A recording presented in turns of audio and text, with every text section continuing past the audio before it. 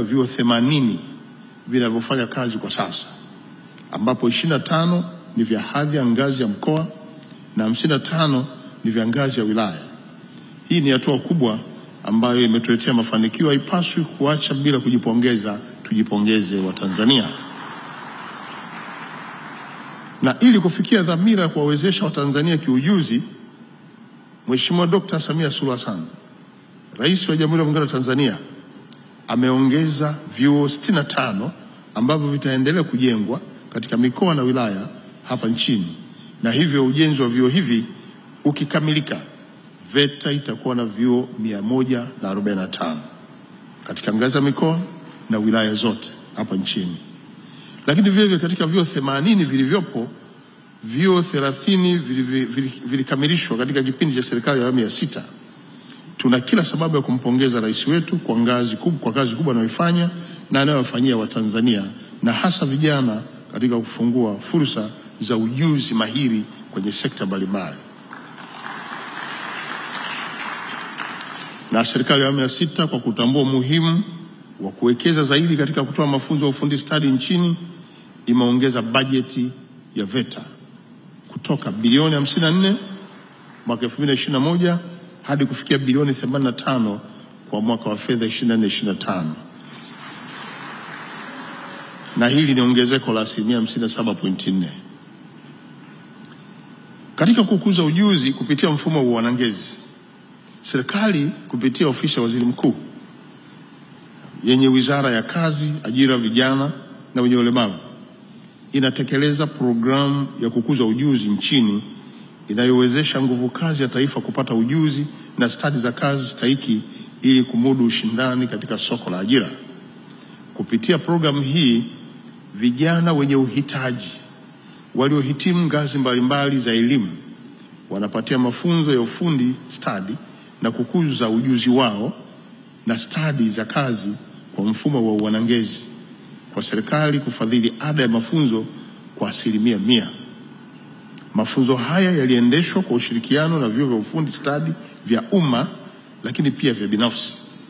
Maeneo ya kazi tuliyatumia pamoja na waajiri walitumika walioweza kupokea vijana wa fani mbalimbali.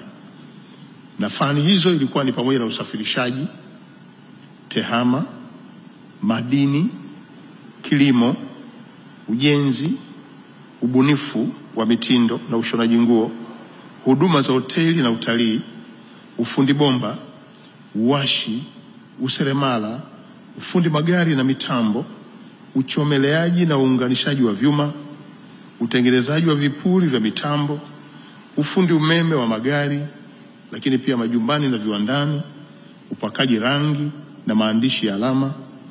Na katika mpango huu wa mafunzo, zaidi ya 60% ya muda wao unatumika kwa ajili ya mafunzo na 40% ni ya nadharia. Hata hivyo, kulikuwa na uhitaji pia fani ya ususi na kwa maana ya saluni. Ndugu wananchi, kwa mujibu wa Sera ya Taifa ya Ajira, ajira ni shughuli yoyote halali anayoifanya mtu mwenye umri wa kufanya kazi kwa hiari na kwa kujipatia ujira au mshahara.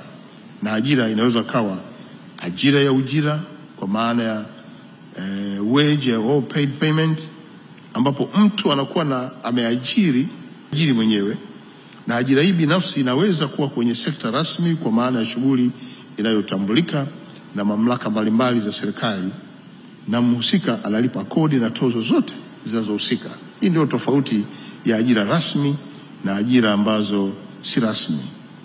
Vile vile ajira binafsi inaweza kuwa kwenye sekta isiyo rasmi kwa maana ni shughuli halali inayompatia mtu kipato, lakini haisajiliwa na mamlaka mbalimbali za serikali.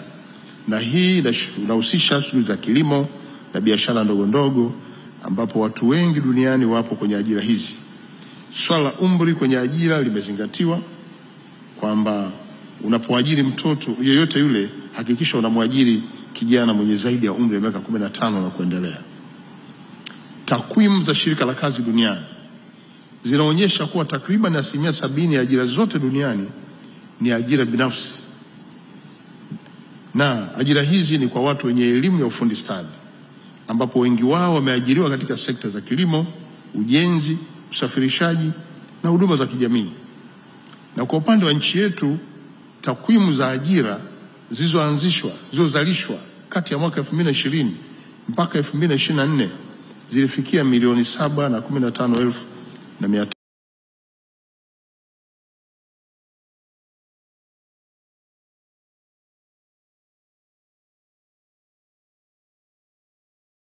3,458 sawa, ikiwa na asilimia 87.1, ambapo wengi wao wana elimu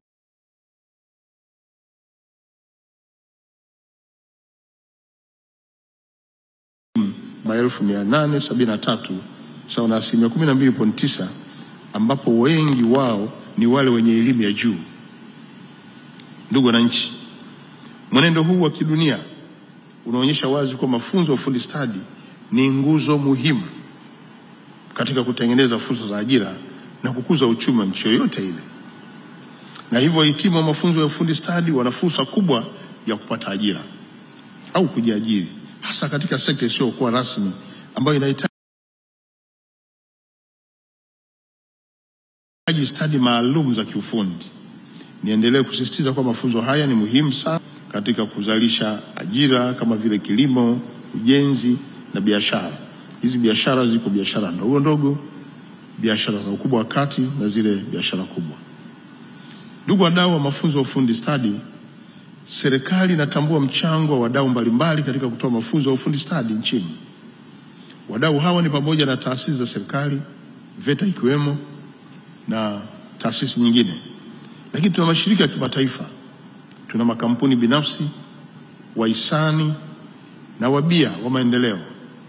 Mchango wa wadau hawa umesaidia sana kuongeza wigo wa fursa za vijana wetu katika maeneo mbalimbali hapa nchini, kwa kuwawezesha kupata mafunzo yanayokidhi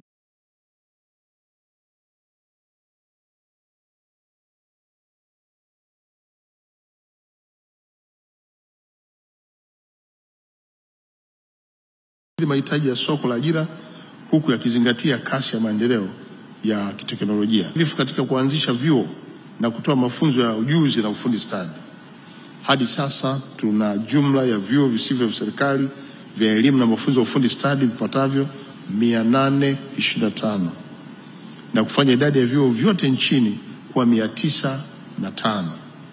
Hii ni hatua kubwa ya kujipongeza Watanzania. Na leo nimefarijika sana niliposikia kwamba VETA ina mpango wa kushirikiana na mafundi wabobezi katika fani mbalimbali, ikiwemo na Jeshi la Kujenga Taifa JKT, Jeshi la Magereza, na hawa katika kutoa mafunzo kwa vijana wetu. Ushirikiano huu utaleta mchango mkubwa kwa wahitimu kupata ujuzi kupitia ushiriki wao katika miradi ya uzalishaji mali, jambo litakalowapa fursa vijana wetu kujiajiri au kuajiriwa na hatimaye kuchochea maendeleo ya uchumi wa nchi.